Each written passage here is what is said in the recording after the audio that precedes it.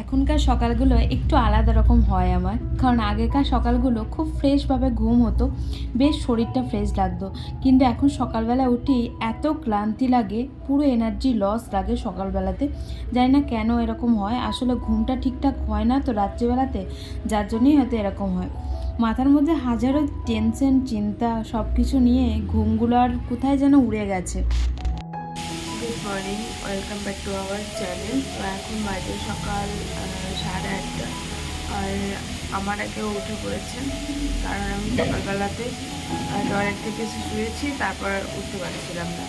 তারপর ও উঠে রান্নাটা বসিয়ে দিয়েছে, আর আমি এবার উঠতে এখনও মুখ ধুইনি, ব্রাশ করিনি। আর আজকে আমাদের এখানে বৃষ্টি হওয়ার সম্ভাবনা আছে, সকালবেলা আমার ফোনে মেসেজ এসছে। তো চলো আমি মুখ মুখ টুখ ধুয়ে নিই, তারপর তোমার সাথে দেখা করছি, ফ্রেশ হয়ে নিই করে। আজকে হয়েছে কি, আমি ঘুম থেকে উঠে দেখছি বর নেই, কোথায় গেল। তারপর দেখছি যে রান্নাঘর থেকে আওয়াজ আসছে ঠুংঠাং করে। তো তারপর দেখছি রান্না চালু করে দিয়েছে, খুব একটা লেট কিন্তু হয়নি। আসলে কালকেও বলেছিল যে আজ তো ডাল আলুর সবজি হবে, আর একটা কুমড়ো ছিল, কুমড়োটাও আর কি দিয়ে দিয়েছে, কারণ পচে যাচ্ছিলো। অ্যাকচুয়ালি কী হয়েছে, ডাল আলুর সবজিটাও খুব ভালো করে, তো তার জন্যই ও বলেছিল যে আজকে আমি ডাল আলুর সবজিটা করব। আর এই হচ্ছে ব্যাপার।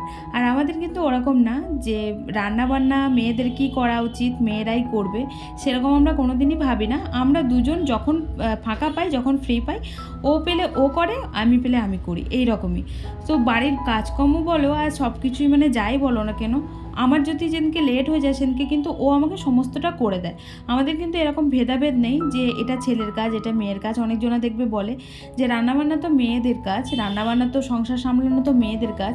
কিন্তু আমি বলি সবারই কিন্তু সব কাজই করা উচিত, কারণ কোনো কাজই কিন্তু নাম লেখা নেই যে এটা ছেলেদের বা এটা মেয়েদের, তাই না বলো? তোমরা কে কে আমার সাথে একমত একটুখানি জানিও। আমি তো সেটাই মনে করি। আর আমার বাচ্চা কাচ্চা হলে, আমার যদি ছেলে হয়, বিশ্বাস করো আমি তাকে একদম সংসারের সমস্ত কাজ শেখাবো, যেটা আমার বর জানে। আমার বর সংসারের সমস্ত কাজ জানে, ওকে আলাদা করে আমাকে কিছু শেখাতে হয়নি, ও আগের থেকেই সব কিছু জানতো। কারণ ও যখন ব্যাচেলার লাইফে ছিল, ও তো তখন একাই ছিল, তার জন্য সবটাই শিখে গেছে। আর আমি তার জন্য খুবই গর্বিত, বিশ্বাস করো, যে আমার বর সব কাজ পারে। এখনকার এরকম আছে নাকি যে এই কাজটা ছেলে কী করতে হবে বা এই কাজটা মেয়ে কী করতে হবে? যারা রাঁধে তারা কিন্তু এখন চুলো বাঁধে, তাই না বলো? দেখো, আমি সংসার সামলানোর পরেও কিন্তু বাইরেটাকে সামলাচ্ছি। তাহলে অনেকজনে তো এটা বলবে, তাই না, যে আসলে আমাকে একজন বলেছে, যার জন্য আমি কথাটা তুললাম। এই হচ্ছে ব্যাপার। তো চলো, ফালতু অত আর বকে লাভ নেই, কারণ যাদের যেটা মেন্টালিটি তারা তো সেটা বলবেই। কিছু করার নেই, সবারই মুখে তার হাত দেওয়া যাবে না, আর সবাইকে চুপ করানোও যাবে না। যে যেটা ভাবে ভাবুক, আমার তাতে কিছু আসে যায় না। তো দেখো, সকাল সকাল আমার কাচাকুচি সমস্তটা হয়ে গেল। ও দেখছি রান্নার দিকটা সামলাচ্ছে, আর তার জন্য আমি দেখলাম যে এই জামা কাপড় কোটা ভেজানো ছিল রাত থেকে। আর আমাদের না একটাই বালতি, ও যেহেতু স্নানে ঢুকবে একটু পরে, তাই আমি ভাবলাম যে জামা কাপড় কোটা কেচে নিই। আর জামা কাপড় কোটা কাচতে কাচতে আমি পুরো ভিজেই গেছিলাম। তো ভেজা কাপড় নিয়ে আর কি করব, তাই ও বললো যে স্নানটা সেরে নাও একবারে, তোমার তাহলে তাড়াতাড়ি হয়ে যাবে। তো ওদিকে দেখো, স্নানটা সেরে এসে ঘর দূর তো সব পড়েছিল, ব্রাশও করা হয়নি। তারপর ওদিকে ঘরে ঝাড়ু টাড়ু লাগিয়ে নিলাম, কারণ ও ওইদিকে গেল স্নানে। আর তরকারিটা একদম পুরো অল্প আছে করে দিয়েছে, হচ্ছে অল্প অল্প করে। আর আমি তারপর রুটিটা করে নেবো। এই ঝাড়ু টাড়ু লাগাবো, ঝাড়ু টাড়ু লাগিয়ে পোছা লাগিয়ে তারপর রুটিটা করতে যাবো। ততক্ষণে স্নান টান হয়ে যাবে, ও তাহলে এসে পুজো টুজো দিয়ে দেবে। আমি বললাম আমিই দেবো, কিন্তু ও বললো যে না, তোমাকে দিতে হবে না, আমি দিয়ে দিচ্ছি। কারণ প্রত্যেক দিন পুজো না দিলে ওর বলে মনটা শান্তি হয় না, যার জন্য ওই দেবে আর কি। আর আজকে অনেক দিন পর, মানে অনেক দিন বলতে তোমাদেরকে আগের দিন মনে বলেছিলাম যে ভাবিজি আমাকে বলেছিল বাইরেটা ঝাড়ু পোছা লাগিয়ে দিতে, ও যে কদিন থাকবে না, মানে 1 মাস মতন যাচ্ছে দেশে। তো তার আগে থেকেই আমি লাগিয়ে দিচ্ছি, কারণ ওই যে বাচ্চা মেয়েটার তো মাথা ফেটে গেছে, এবার ওর মাকে প্রচণ্ড পরিমাণে হেল্প করে। এবার ও এই কদিন কাজ করতে পারছে না, মানে কাজ বলতে ও বাড়ির কাজগুলো ধরো করে, হেল্প করে ওর মাকে, যেহেতু ওর মায়ের খুব প্রবলেম হয় একা একা করতে। ওই স্কুল থেকে তাড়াতাড়ি বাড়ি চলে আসে, দিয়ে করে ঘরের কাজগুলো। কারণ এখানে তো সকাল স্কুল, ওই 10টা 10:30টার মধ্যে ছুটি হয়ে যায়। তো আমি দেখলাম যে ওর তো এখন শরীরটা খারাপ, ও তো এখন এত কিছু পারবে না, তাই আগের থেকেই আমি করাটা চালু করে দিলাম, যে কিছুদিন পর তোমাকে করতেই হবে, তো আগের থেকেই করে দিই। তারপর ওপর থেকে ভাবি যে আমাকে আওয়াজ দিল যে তোমাকে এখন মুছতে হবে না, তুমি শুধু নিচেরটা মুছে দাও, সিঁড়ি টিড়ি আমি মুছে দেবো, তার জন্য আমি আর মুছলাম না, শুধু নিচেরটা মুছে দিলাম। তারপর একদম ফ্রেশ হয়ে চলে আসলাম। স্নান তো আগেই হয়ে গেছিলো, আর ও চলে গেল। তো ও যাওয়ার পরে আমি আজকে রেডি হয়ে নিলাম, কারণ আজকে খুব তাড়াতাড়ি হয়ে গেছে। ওই যে সকালবেলা স্নান, কাপড় চোপড় ধোয়া সবই তো হয়ে গেছিলো, তাই কোনো রকম কাজ আর ছিল না। ও গেল, তারপর ও যাওয়ার পর আর কিছুই করিনি, এই যে আমি রেডি হয়ে গেলাম একবারই। তো চলো এখন দোকানে গিয়ে আবার তোমাদের সাথে দেখা করছি। আর এই গরমে সাজুকুজু মানে সবই বৃথা, কারণ একটুখানি পরেই আবার ঘাম ঝরতে লাগবে। এইখান থেকে এইটুকু যাই, তাই এত পরিমাণে ঘাম হয় কি আর বলবো তোমাদেরকে। তো আমাকে না কটা কুর্তি নিতে হবে, ওই সুতির কুর্তিগুলো। আমার না সুতির কুর্তি নেই খুব একটা, আর এই গরমের মধ্যে ওই কুর্তি পরলে একটুখানি স্বস্তি মেলে। বৃষ্টির তো সম্ভাবনা দেখাচ্ছে, সকালবেলাতেই আমার ফোনে মেসেজ এসছে, কিন্তু জানি না কখন হবে। 3 ঘন্টার মধ্যে হবে বললো বৃষ্টি, কিন্তু 3 ঘন্টা তো প্রায় হতেই চললো, এখনও পর্যন্ত বৃষ্টির দেখা নেই। চলে এসেছি দোকানে, আর আজকে এত ঘুম পাচ্ছে। তো সকালে এমনিতে দেরি করে উঠেছি, তোমাদেরকে তো দেখালাম। আমি যখন উঠেছি তখন দেখলাম ও রান্না করছিল। দেরি বলতে ওই 10-15 মিনিট দেরি হয়েছে, তার বেশি দেরি আর হয়নি। তো তারপরে প্রচণ্ড পরিমাণে ঘুম পাচ্ছে। আসলে কি হচ্ছে বলো তো, রাতে ঠিক মতন ঘুমটা হচ্ছে না। এবার ওই 2:30-3টের দিকে ঘুমটা আসছে, তারপর ওই যে ঘুমটা হচ্ছে, তারপর সকালে ধরো উঠতে হচ্ছে সকালবেলাতে, তার জন্য ঘুমটা পুরো হচ্ছে না, এই হচ্ছে ব্যাপার। নাহলে শুচ্ছি ঠিক টাইমেই, 12:30-1টার সময় শুই, ওই টাইমেই শুচ্ছি। কিন্তু ওই টাইমে শোয়ার সাথে সাথে তার ঘুমটা আসছে না, ঘুমটা আসছে তোমার গিয়ে লেট করে। কি হচ্ছে মাথার মধ্যে এত টেনশন, সারাদিনে কোনো টেনশন থাকে না বিশ্বাস করো। যত টেনশন চিন্তা সব রাত্রিবেলাতে এসে জড়ো হয়। এত যে কোথা থেকে চিন্তা আসে আমি নিজেও বুঝতে পারি না। কালকে তো কি জানো, কালকে একটা কি স্বপ্ন দেখছিলাম যে হট করে ঘুমটা ভেঙে গেছে। কি একটা দেখছিলাম, হ্যাঁ আমি তোমাদেরকে ঠিক টাইম মতন ভিডিও দিতে পারিনি। মানে ভিডিও কাট করছি ওই যে এডিটিংয়ে যখন করি, কাট করতে করতে সব ভিডিও ডিলিট করে দিয়েছি।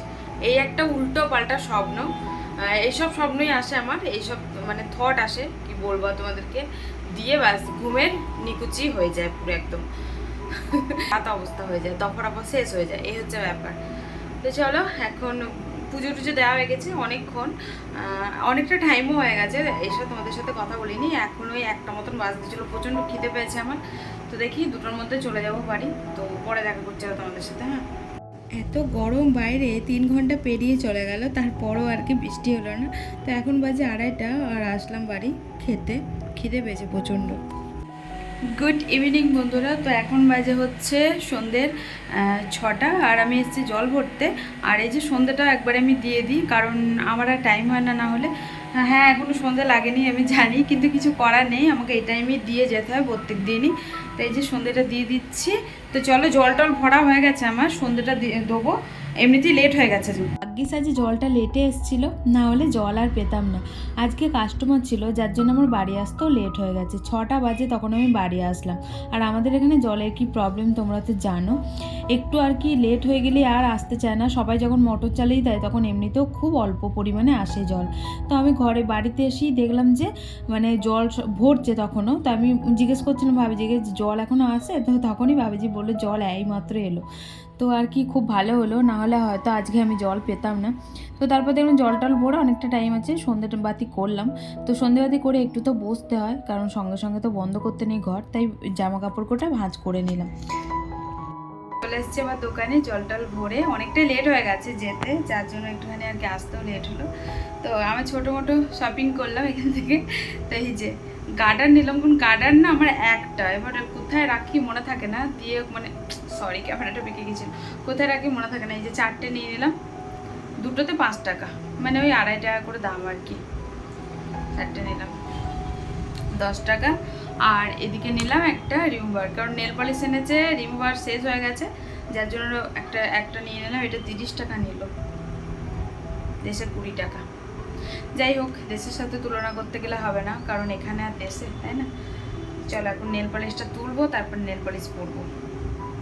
আর নেল পলিশ আনার সাথে সাথে আমার নখ ভেঙে গেছে, এই যে এই নখটা ভেঙে গেছে, তারপর এই নখটা ভেঙে গেছে একটু, এটা ভেঙেছে, এটা ভেঙেছে, সবকটা নখই গেছে, হাফ করে আছে আর কি। কি আনন্দ হচ্ছে আমার। আজকেও সঞ্জু বাড়ি চলে এসছে, আর কাজ নেই ওর, মানে বিশ্বাস করো ও যখন মানে আমার কাছে কাছে থাকে না, খুব ভালো লাগে আমার। মানে জানি না কেন সবাই তো বলে না যে হাজব্যান্ড বাড়িতে থাকলে মানে খুব বিরক্ত লাগে, কিন্তু আমার বেশ ভালোই লাগে। হ্যাঁ, ঝগড়া করি যাই করি না কেন তাও ভালো লাগে। এই যে আমি বলেছিলাম ওকে যে একটা কন এনে দিও আমাকে, তো এনে দিল। আর এই যে নেল পালিশ পরলাম, এই কালারটা পরলাম, সুন্দর লাগছে না? এই হচ্ছে অনেকদিন আগে মানে খেতে চেয়েছিলাম, অনেকদিন আগে বলতে এই রবিবারে আমি ওকে বললাম, তো রবিবারে আর খাইনি। কি কি বেশ হচ্ছিল না কি হচ্ছিল, হ্যাঁ নাক তেলেও জ্বলছিল, যার জন্য আমাকে বললো যে না থাক খেতে হবে না তোমাকে।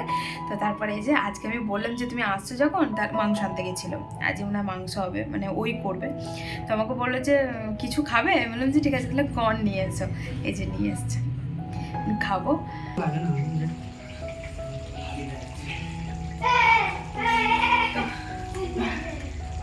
চলে এসেছি বাড়ি, আর প্রচণ্ড গরম লেগে গেছে, শরীর খারাপ করছে, যার জন্য বললাম তুমি স্নান করে আসো, আমি দেখছি। এই যে কষা হচ্ছে, আমি হাতটা ধুয়ে আসি। কই গরম, শরীর হিট হয়ে গেছে তোমার। রান্না কমপ্লিট, লাস্টে শুধু টাচ আপ করেছি আমি একটুখানি, বাদ বাকিটা ওই করেছে। আর এই যে দুপুরের সকালের তরকারিটা ডাল আলু, আর ওই যে ও স্নান টান করে চলে এসছে কারণ ওর শরীরটা খারাপ করছিল। তো চলো আজকের মতন এখানেই এন্ড করছি ভিডিওটা। ভালো লাগলে লাইক কমেন্ট শেয়ার করতে পারো, চ্যানেলটা সাবস্ক্রাইব করে দিও। খাবো, খিদে পেয়েছে, ও খাইয়ে দিল এক গরস। তো মাংস হলে ওয়েট করা যায় না, বুঝলে? চলো টাটা।